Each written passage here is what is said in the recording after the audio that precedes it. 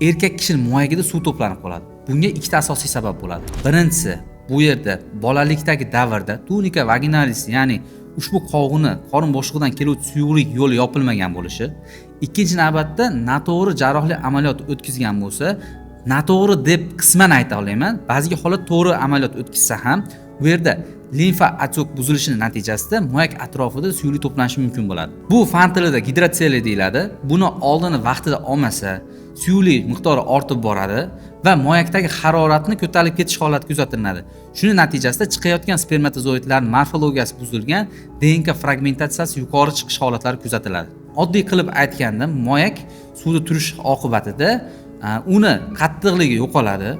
U yerdagi ishlab chiqarilgan testosteron va spermatozoidlarni morfologiyasi buziladi va gormonal muvozanati buzilib ketish oqibati bo'lishi mumkin. Ba'zi insonlarda shunaqangi ko'p suyuqlik to'planadi, 200-300 ml gacha.